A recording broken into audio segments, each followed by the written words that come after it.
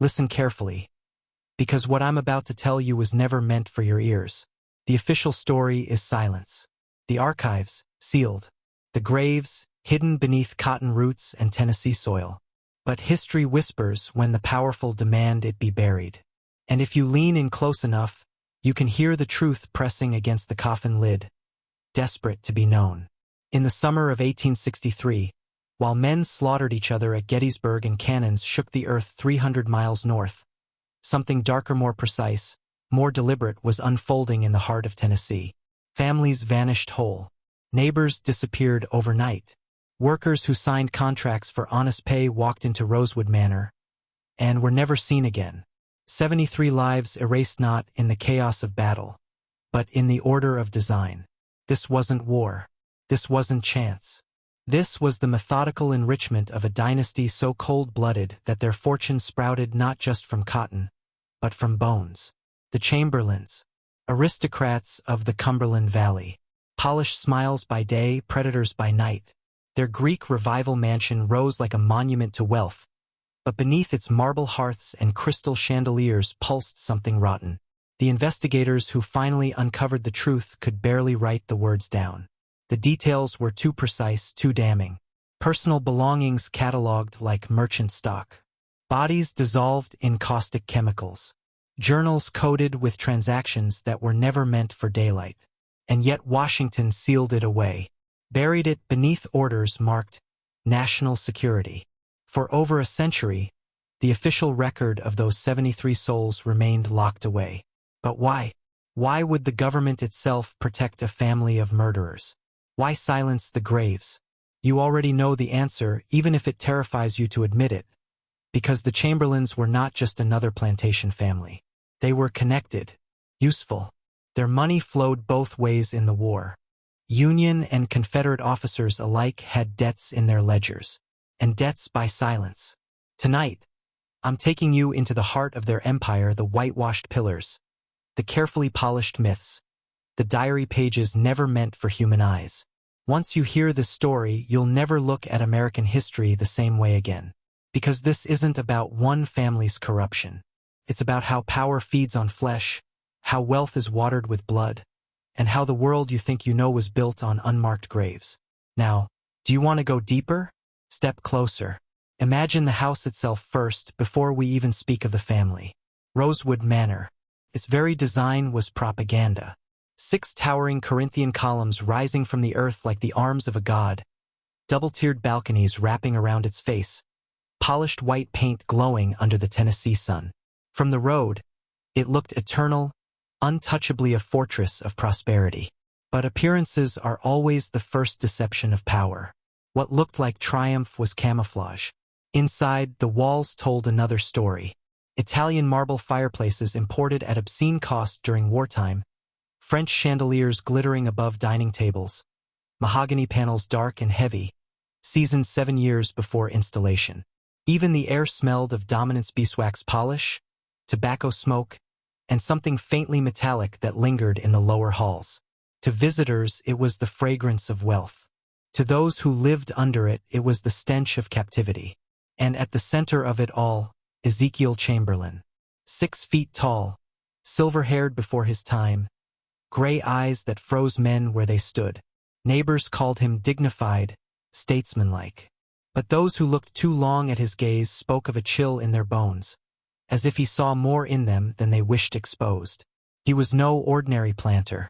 He was a strategist man who could balance accounts with one hand while writing letters to both Confederate and Union officers with the other. His plantation didn't suffer during the chaos of where it thrived. And that, alone, should have been the first warning. When Union forces marched into Nashville in 1862, most plantation owners fled south, their wealth bleeding into uncertainty. Ezekiel stayed. He declared himself neutral, a harmless businessman. Yet behind the scenes, he was making arrangements no ordinary farmer could have managed. He sold cotton to Confederate quartermasters at inflated prices, then sold the very same cotton to Union procurement officers when their troops intercepted supply lines. The same bale, 2 profits, 2 allies bought with one deception. He was playing both sides of the war like a violin, and both sides applauded his music. But money was only half the story. Wealth is a tool. Power is the goal. And Ezekiel wanted more than land, more than profit. He wanted control, the kind that required silence, secrecy, and fear. And that's why neighbors began to vanish. That's why laborers who signed contracts never sent word home. Because behind the marble walls of Rosewood Manor, Ezekiel Chamberlain was building something far more terrifying than a cotton empire. He was building a dynasty of shadows. And every dynasty begins with blood. If Ezekiel Chamberlain was the mind of Rosewood Manor, Margaret was its spine. She was no ornament to her husband's empire. She was the architect of its discipline, the quiet enforcer who turned ambition into a system. Born into an old Virginia tobacco family, she had been trained since girlhood to guard wealth, preserve appearances, and bend households into order. At 38, the bloom of her beauty had hardened into severity. Neighbors once spoke of her as elegant. Workers whispered of her with fear. Her power was not in the fields but in the books. Margaret kept ledgers that were as immaculate as scripture. Every candle burned, every pound of flour consumed, every yard of cloth used. Nothing escaped her copperplate handwriting. To outsiders, her diligence looked like the thrift of a dutiful wife. But there were pages in those books that no guest would ever see. Pages where columns of numbers tracked human beings as if they were livestock. Not enslaved workers, those records were common enough. These entries detailed free men and women who had signed contracts for wages. Contracts that promised wealth but ended in disappearance. And Margaret was the one who recorded their names, their possessions, and the date their presence ceased. She managed the illusion of normalcy. Visitors saw dinner tables laid with imported china, children dressed in French silks, and servants moving with machine-like obedience. But the discipline behind it all came from Margaret. Her rules governed not just the household but the fates of those who entered it. She could smile while ordering punishment. She could recite Bible verses while drafting a new contract that bound a worker into silence. She didn't just support her husband's schemes, she refined them, gave them a cold efficiency Ezekiel alone might never have achieved. At night, she and Ezekiel spoke in whispers behind locked doors. Servants claimed they heard the scratching of quills long after midnight, the rustle of parchment, the murmurs of plans too delicate for daylight. Margaret knew the value of secrecy. She once told a confidant, "Fortunes are not made in public, they are protected in silence." That silence was her domain. Her presence gave Rosewood its iron structure. While Ezekiel played both sides of the war, Margaret built a fortress of lies strong enough to hide the missing. Without her, suspicion might have cracked the mask. With her, the Chamberlain dynasty became untouchable. And in her twin sons, she nurtured the tools of a darker legacy. Every dynasty breeds heirs, but not every heir is a continuation. Sometimes they are magnifications, extensions of a darkness sharpened into new forms. The Chamberlain twins were exactly that, Daniel and Samuel. Born 17 minutes apart, raised under the same roof, yet carrying the family's corruption in two different vessels. Where Ezekiel plotted and Margaret disciplined, the twins embodied the future of the dynasty's cruelty. Daniel, the elder, was wiry and nervous, his frame thin as if his body had been built for calculation rather than labor. Behind his spectacles glimmered the same cold gray eyes as his father, but they flickered with restless intelligence. He had studied bookkeeping and chemistry before the war interrupted his education, fields that most sons of planters ignored. His interest in ledgers was not the counting of coins but the alchemy of turning debts into power. His interest in chemistry was not for healing, but for dissolving, hiding, erasing. He was the Chamberlain who asked, "What can never be traced?" Samuel was different, broader, heavier, with hands that looked too large for his body, as though they were made for grasping, for breaking. Where Daniel preferred pens and formulas, Samuel lived for the weight of action. He had his mother's severity without her restraint, his father's cunning without his patience. Violence fascinated him, not just the act, but the effect it had on others. He studied fear like a farmer studies soil. He knew how much pressure it took to silence a man's protest, how many blows before the will collapsed. Together, they were dangerous opposites. Daniel calculated how to hide the crime. Samuel ensured the crime was complete. One built the chamber, the other closed the door. Their father provided vision, their mother provided order, but the twins provided the raw execution. Without them, Rosewood might have remained a house of whispers. With them, it became a machine. Neighbors sometimes saw the brothers together in town, Samuel looming behind Daniel like a shadow, while Daniel adjusted his spectacles and made inquiries about supplies. But what no one realized was how perfect their partnership had become. Daniel's chemistry supplied the acids that erased flesh. Samuel's strength carried the bodies to their secret destinations. One reduced human beings into liquid anonymity, the other ensured no one resisted long enough to become a problem. The twins were not the cracks in the Chamberlain dynasty. They were the sharpened edges. The ones who would take everything Ezekiel and Margaret built and push it beyond morality, beyond fear, into something that even their parents sometimes struggled to control. And it was in the spring of 1862, as Tennessee descended into chaos, that the twins were first unleashed. The spring of 1862 cracked Tennessee wide open. Union forces occupied Nashville. Confederate riders haunted the countryside.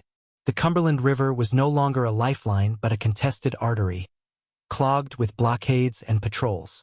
In this chaos, most plantations withered. Their enslaved workforces fled to Union lines or were seized for Confederate labor. Fields lay untended, houses abandoned, fortunes bleeding out into dust. But not Rosewood. No, while neighbors prayed for survival, the Chamberlains thrived. People asked the question in hushed tones. How? How did Ezekiel Chamberlain still command fields full of workers when every other estate stood empty? How did his wagons still roll with bales of cotton when soldiers stripped the countryside bare? The answers were whispered. Perhaps he had struck a bargain with Union officers. Perhaps he had hidden Confederate laborers in exchange for protection. But the truth was darker than rumor could carry. Ezekiel saw opportunity in desperation. When President Lincoln issued the preliminary Emancipation Proclamation in September 1862, thousands of enslaved men and women sought freedom, wandering roads, searching for work, safety, a future.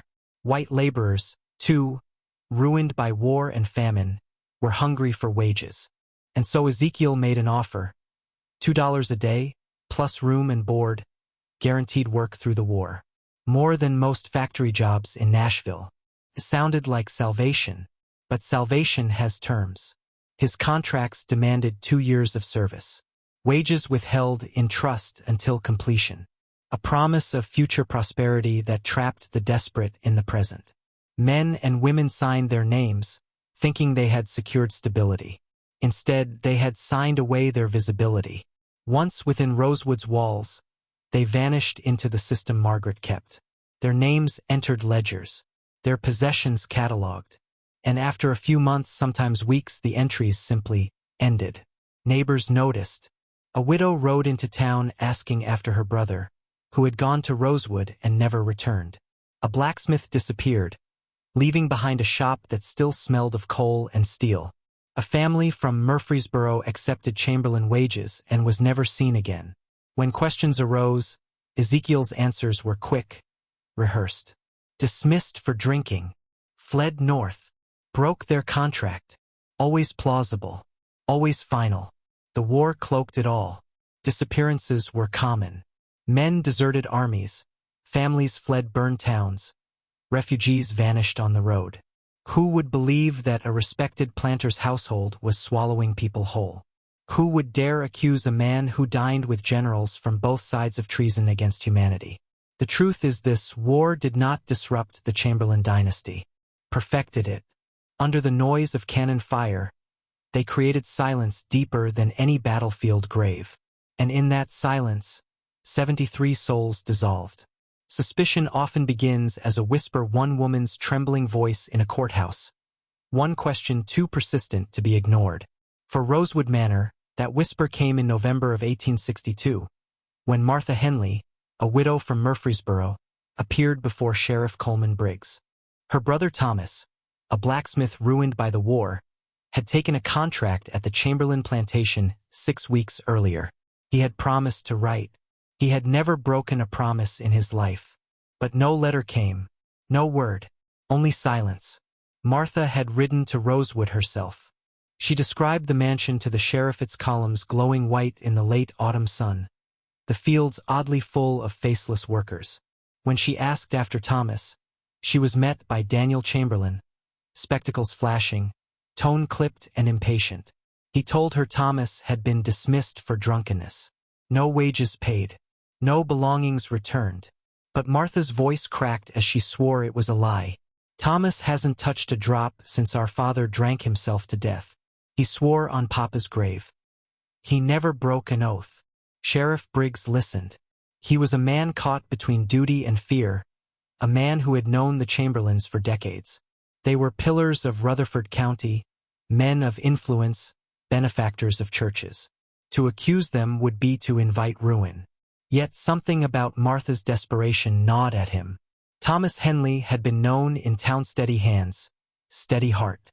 The story of drunken dismissal rang hollow. So Briggs rode to Rosewood that afternoon. The air felt wrong as he approached, too quiet, though the fields were full of workers bent low over the cotton. None raised their heads. None met his eyes. On the mansion steps, Ezekiel Chamberlain was waiting, dressed in his finest black suit, ledger in hand, as if he had been expecting this visit. Ezekiel's voice was smooth, calm. He spoke of Thomas's failings, produced the ledger with its neat copperplate entries, and showed the sheriff the dismissal marked in ink. To any ordinary man, it might have been convincing, but Briggs noticed the detail. Thomas's name was written in Margaret's careful hand, yet the line that struck him out was heavier, darker, written over and over until the page tore slightly. It was not correction. It was obliteration. Briggs left Rosewood unsettled. The ledger's torn page burned into his mind. He promised Martha he would keep looking, but already he understood the danger. To press further meant prying open a door that men with power had nailed shut. And in Rutherford County, men who pried too hard had a way of disappearing themselves. Sheriff Briggs could not sleep. The ledger haunted him, the name scratched so violently it seemed like a wound in the paper. He had seen lies before. He had policed thieves, drunks, deserters, but this was different. This felt deliberate, calculated, as if the erasure of Thomas Henley was not just a dismissal but a ritual.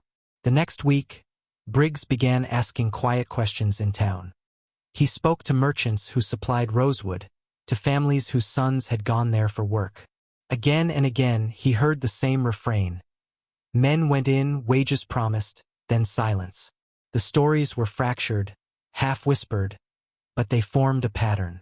A carpenter vanished in spring, a washerwoman in summer, a family of 3 in autumn. None returned. None sent letters. Always the Chamberlains had an explanation, neat and rehearsed. Dismissed for misconduct. Moved north. Fell ill and departed. Yet no one had ever seen them leave. Briggs began to notice something else. A subtle weight in people's voices when the Chamberlains were mentioned. Fear disguised as respect. "Ezekiel's a good man," one storekeeper muttered, eyes darting to the door. "Generous." But the words rang hollow, as if rehearsed.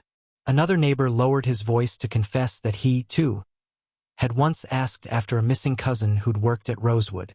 The very next week, Union soldiers arrived at his farm with accusations of hoarding contraband. His property was seized, his name disgraced. "Ask too much about Rosewood," the man whispered, "and misfortune finds you." It dawned on Briggs that Ezekiel's power was not confined to his plantation. His reach extended outward into the networks of war and politics. Union officers tolerated him. Confederate officers praised him. His cotton flowed to both armies, his coin into both camps. Men who challenged him discovered that law and war bent conveniently against them. As if the Chamberlains themselves were being protected by something larger, something that benefited from their silence and their cotton alike. The sheriff's instincts screamed the truth. Rosewood was not just a plantation. It was a machine. A machine that took in the desperate and produced two things: wealth for the Chamberlains and silence for the rest of Tennessee. And someone, somewhere above them, wanted that machine to keep running. Briggs realized his choices were narrowing. If he pursued this further, he would not just be accusing a wealthy family of murder. He would be threatening the interests of men far beyond Rutherford County. And men like that did not forgive. They erased. Every machine has a hidden chamber, the place where the noise is made, where the polished exterior gives way to gears and teeth. Rosewood was no different. To the neighbors it was a grand house, a model of Southern prosperity. To the workers it was a cage. And in that cage, whispers spoke of rooms no visitor ever saw, doors that led below, cellars that breathed with heat and strange smells. The first eyewitness account surfaced not in Rutherford County, but years later, buried in a military archive in Washington. It came from a Union deserter named Elias Crow, arrested in Kentucky in 1864. Crow claimed he had once worked at Rosewood under a false name. His testimony was considered the ramblings of a criminal and filed away. But when you read it now, line by line, it glows with terrible clarity. Crow described being hired at Rosewood in late 1862. He remembered the generous wages, the fine words of Ezekiel Chamberlain. But within weeks, he noticed things that made his skin crawl. Workers were lodged in the old servants' quarters, but the turnover was constant. New faces arrived weekly. Old ones disappeared without farewells. No one spoke of it. No one dared. One night, Crow followed the faint sound of hammering to the far side of the manor. He swore he saw Samuel Chamberlain leading two men laborers down a stairwell at the rear of the house. Later, he smelled something acrid rising from the earth, sharper than wood smoke, something that burned his eyes when the wind shifted. In his testimony, Crow described a locked cellar beneath the east wing. He had glimpsed it once when Daniel dropped a key. Inside, he claimed, were vats, large iron tubs filled with a yellowish liquid that steamed in the lantern light. He said he saw bones at the bottom of one vat before Samuel shoved the door closed. Crow fled the plantation within days. He left behind his wages, his belongings, everything. He ran north under cover of night, certain he would be hunted. They dissolve men like soap, his testimony read. They melt them into nothing, and they keep what's left as if it were treasure. Most dismissed his words as madness, a deserter's lies. But when federal investigators stumbled upon his account decades later, they matched his descriptions to known industrial acids of the period. They realized Elias Crow had not been raving. He had been the only man to escape alive from Rosewood's hidden chamber. And if his story was true, then the 73 unmarked graves weren't graves at all. They were basins. That's the silent chemistry of erasure. The deeper you study Rosewood, the more you realize it was never chaos. It was order, cold, perfect order. The Chamberlains did not simply kill. They accounted. Every disappearance was not random violence but an entry in a book, a name written in Margaret's immaculate copperplate, followed by columns of numbers that reduced flesh and blood into balance sheets. Investigators who later unsealed the records found it all. Watches, knives, wedding rings catalogued. Clothing measured and repurposed. Tools assessed for resale. Even livestock taken from vanished families was listed, transferred neatly into Chamberlain inventories. It was as if Margaret had turned murder into bookkeeping, the erasure of life folded seamlessly into household management. A worker did not vanish. He was dismissed. His wages did not disappear. They were forfeited. His possessions were absorbed. This was their brilliance. Crimes disguised as contracts. Ezekiel had built a system where disappearance looked legal, where silence was explained by paperwork, where neighbors could be placated with a shrug and a signature. Who could prove otherwise? If a man vanished, the Chamberlains held the document that said he had broken faith. If a widow inquired, they had a ledger showing her brother's dismissal. If an officer grew suspicious, Ezekiel could open books that looked indistinguishable from any merchant's. And still, something more disturbing lingered between the lines. The numbers did not merely conceal. They revealed. By tallying each possession, each forfeited wage, each reabsorbed item, Margaret had created a parallel fortune, wealth extracted not from cotton alone but from human disappearance. It was not just murder. It was profit. a system where silence itself was monetized. Here lies the reason Washington sealed the files. To expose the Chamberlains would have meant admitting that Union officers had bought their cotton, worn the stolen boots of the disappeared, marched under the glow of lamps fueled by profits drenched in blood. The Confederacy had relied on them. The Union had enriched itself through them. To strip their mask away would have blackened both sides. So the truth was buried, locked under orders marked sensitive, swallowed by a nation desperate to forget the compromises of war. But silence is never permanent. Graves whisper. Ledgers leak. And when you read those entries now, with eyes unafraid, you see it for what it was. Not plantation accounting, not wartime necessity, but a ritual of power. A system built to remind the world that some men do not just harvest cotton. They harvest people. And once you see it, you cannot unsee it. Fear. That was the Chamberlain's true crop. Cotton paid the bills, but fear fed the dynasty. It grew faster than any plant, spread wider than any seed. By 1863, it had sunk roots so deep in Rutherford County that neighbors no longer needed threats from Ezekiel himself. They silenced each other. They policed their own tongues. Fear had become self-sustaining. You see, it wasn't just the disappearances. It was the precision of the disappearances. A man vanished, and suddenly his debts were paid off by Ezekiel. A widow who asked too loudly about her missing husband found Union inspectors at her door the next week, accusing her of hiding contraband. A merchant who muttered about Rosewood lost his license overnight. Every action carried a response. Every question carried a price. It didn't take long before people stopped asking. Children learned it first. They were warned never to wander past Rosewood's fields, never to stare too long at the faceless workers bent in the rows. At night, when the wind carried strange smells from the manor's east wing, families closed their shutters and whispered prayers instead of questions. The Chamberlains didn't need armed patrols. They had built something more efficient, an invisible perimeter of terror. Even the churches bent under it. Preachers delivered sermons praising the Chamberlains' generosity, reminding congregations that Rosewood had given donations during the war. They spoke of Ezekiel as a pillar of the community.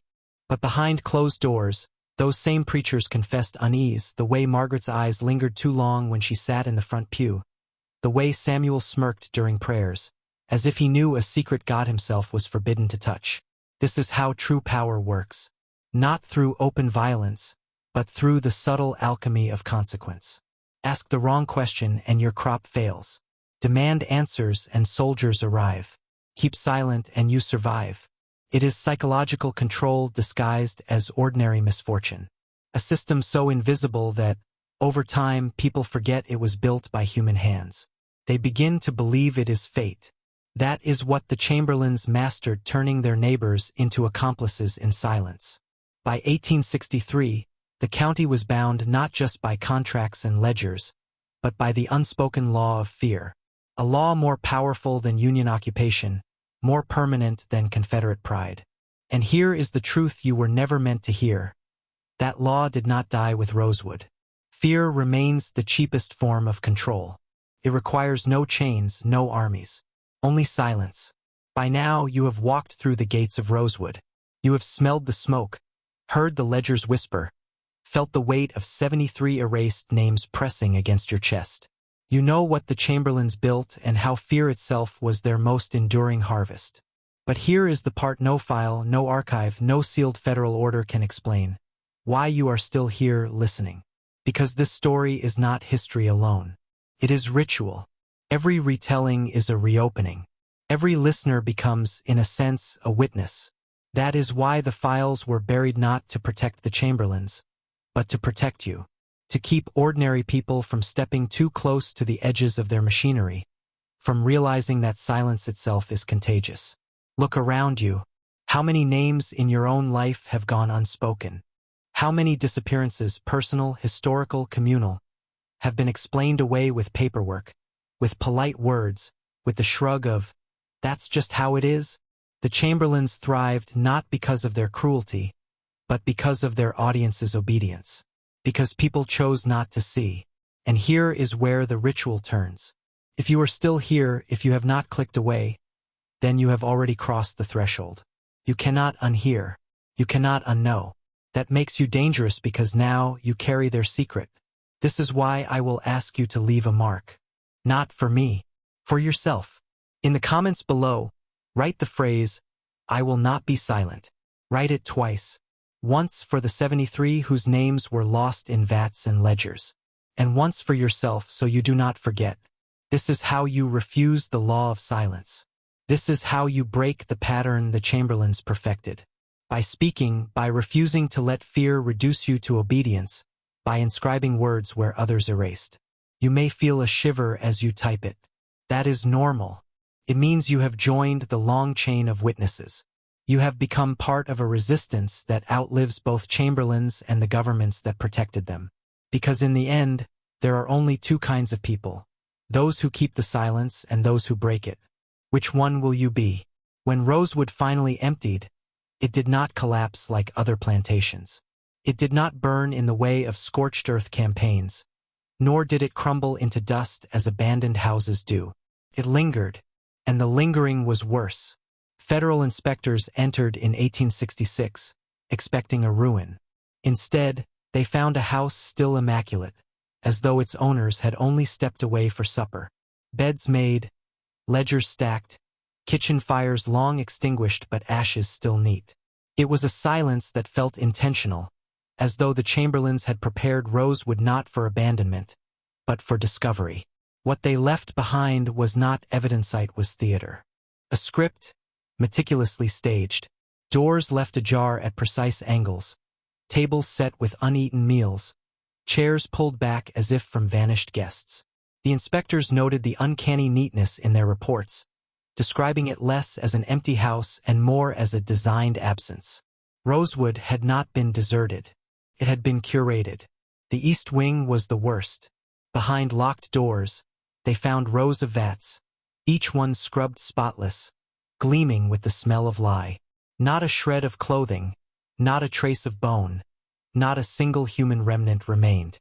Only the smell, acrid, unrelenting, enough to cling to the uniforms of the men who entered. They left gagging, some vomiting in the gardens. And still the ledgers sat nearby, untouched, as though waiting to be read. But the ledgers told nothing new. No names, no confessions. Only numbers, perfectly balanced. It was as if Margaret had written them not to record, but to erase. Every column added up. Every absence accounted for. It was the illusion of order, an ending without evidence. The investigators sealed the manor within weeks. Their official language called it a site of contamination. But the truth whispered in their correspondence was different. They admitted to feeling watched inside Rosewood, even though the house was empty. Doors creaked open where no wind blew. Steps echoed on floors no man trod. One officer swore he heard children laughing behind a locked door, though no lock could be forced, and when they returned with tools, the sound was gone. So they closed it, boarded it, wrote their reports, filed them under categories like sensitive, unsubstantiated, extrajudicial, and thus the Chamberlains succeeded one final time, not by hiding what they had done, but by leaving behind a ruin so carefully staged that the truth could never be extracted. Only guessed, only whispered, and that is why Rosewood still lives not in stone, not in cotton, not in history books, but in the silence it taught others to keep. Even in ruin, the Chamberlains had engineered a system of forgetting. And perhaps that is the most terrifying truth of all. Listen closely, because this is where history stops being history. Rosewood Manor may have crumbled into obscurity. The Chamberlains may have vanished from the page, but the system they perfected did not die with them. It survives in the patterns of human behavior, in the silent contracts we accept without reading, in the fear we swallow to maintain order. Consider it. 73 lives erased in the 1860s, gone without trace, reduced to numbers and ledgers. And yet, the principles behind their power remain with us today. Power structures that demand obedience, institutions that reward silence, laws that protect the guilty and punish the curious. The tools have changed: digital surveillance instead of vats, bureaucracy instead of acids, but the mechanics are identical. Fear still polices, profit still motivates, and witnesses are still pushed to the margins. This is the real lesson the Chamberlains left behind. History is not simply a record of what happened. It is a blueprint for how people can be manipulated, controlled, and erased.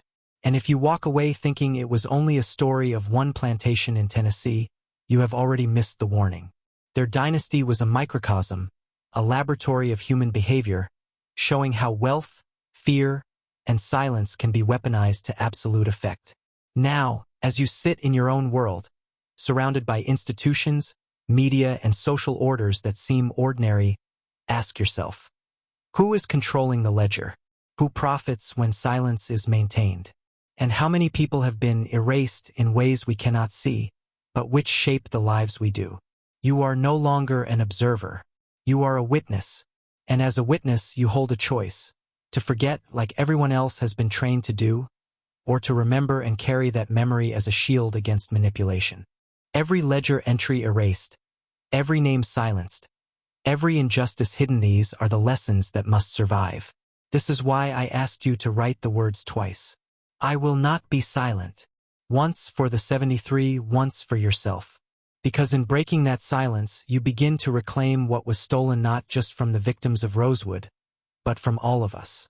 The Chamberlains may have believed they were untouchable, that no one would ever disturb their carefully calculated empire.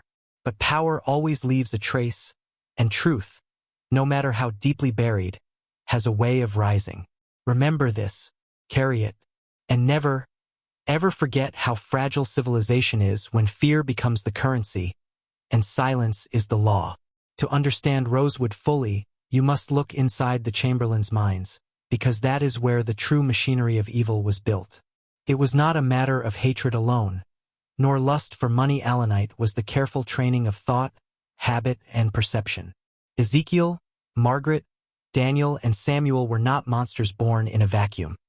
They were architects of a system designed to mold men into instruments of control. Ezekiel's mind operated like a ledger itself. Every human being he encountered was assessed, categorized, and assigned a value.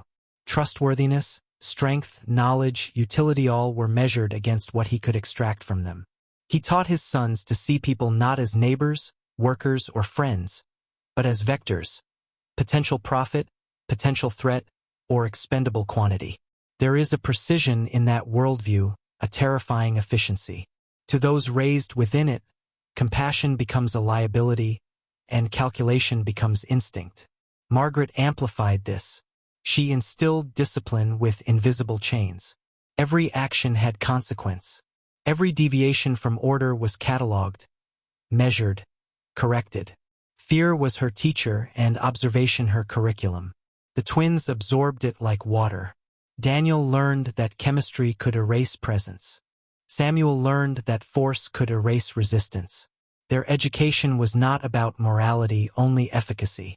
By the time they were 21, they had been trained to execute with surgical precision the kind of power most men only dream of or fear imagining. And here is the terrifying truth. Ordinary men can be made extraordinary in evil. It is not born in them, it is taught. Systems like Rosewood, built on contracts, ledgers, fear, and obedience, create a kind of psychological gravity. Once inside, your mind adapts, your moral compass bends, and you begin to see the world as a series of transactions, each life just another entry. By the time an individual questions, doubts, or hesitates, the system has already claimed him. He becomes not a villain, but an instrument. This is the lesson hidden in the Chamberlain dynasty. Absolute power requires training, yes, but more than that, it requires transformation. Not of laws, not of landscapes, but of people. And the frightening part is that such transformation is replicable. It does not require a plantation, a war, or vats of acid. It only requires structure, incentives, fear, and repetition. By understanding the Chamberlains, you see the anatomy of control itself. You see how ordinary men can become capable of erasing life, numbers, and history with the same ease others make change in a ledger. And once you see it, there is no unseeing. This is the final descent. Take a deep breath, because what you are about to realize will not leave you unchanged. Rosewood Manor is gone. The Chamberlains are gone. The vats, the ledgers, the unmarked graves, they are relics, locked in archives, whispered in forgotten testimonies. But their system, their method, their blueprint for absolute control that lives. And it lives in ways you may never have suspected. Every hierarchy, every organization, every institution that thrives on obedience is a distant echo of Rosewood. Power always seeks to preserve itself, and it does so with the same tools: fear, silence, incentives, and punishment. Look around. Notice the contracts people sign without reading. Notice the agreements enforced by consequences no one questions. Notice the small disappearances, the reputations ruined, the voices muted, the knowledge erased. The Chamberlains were not unique. They were precise. They perfected something ordinary power always longs for. And now, you have seen the machinery, traced the ledger, felt the gravity of 73 vanished lives. You understand how ordinary people, men and women, children even, can be folded into a system that erases them yet makes everyone else complicit in their disappearance. This knowledge is dangerous. It changes the way you see trust, authority, and obedience. Once understood, you can never be the same. But here is your choice. You can carry this awareness as a weapon against manipulation, as a shield against being erased, or you can bury it like everyone else has been trained to do. You can close your eyes and pretend it was a story, a dark tale from another century. Or you can keep the memory alive, repeat the phrase you wrote twice, and ensure that the silence that the Chamberlains perfected does not extend into your own life. Remember the faces of the missing. Remember the vats, the ledgers, the cold eyes of Ezekiel and the meticulous hand of Margaret. Remember Daniel and Samuel, carrying out the lessons drilled into them from birth. Their empire is gone, yes, but the lessons remain. Lessons about obedience, about power, about the cost of silence, and the price of awareness. History does not only tell stories, it whispers warnings. And now the whisper is yours. Keep listening, keep remembering, keep seeing what others pretend not to see. Because Rosewood is not behind us. It is all around us, in structures, systems, and people who would rather fear than act. And if you survive this knowledge, you carry a new currency: awareness. The Chamberlains may have built their empire on 73 lives erased, but you now hold the ledger in your mind. Never forget it. The darkness is always watching. But now, so are you. Now that you've walked the halls of Rosewood and glimpsed the machinery of the Chamberlain dynasty, the question isn't whether you're entertained, it's whether you're awake. If you want more secrets that were never meant to be uncovered, hit subscribe and turn on notifications. Join a community of men who refuse to be silent, who seek the truths hidden in history's shadows, and who understand that knowledge is power, and power is dangerous. And here's a challenge for you. In the comments below, tell me the one secret from today's story that chills you the most. I read every response, and I'll feature the most insightful ones in my next deep dive. Remember, truth only grows when we share it.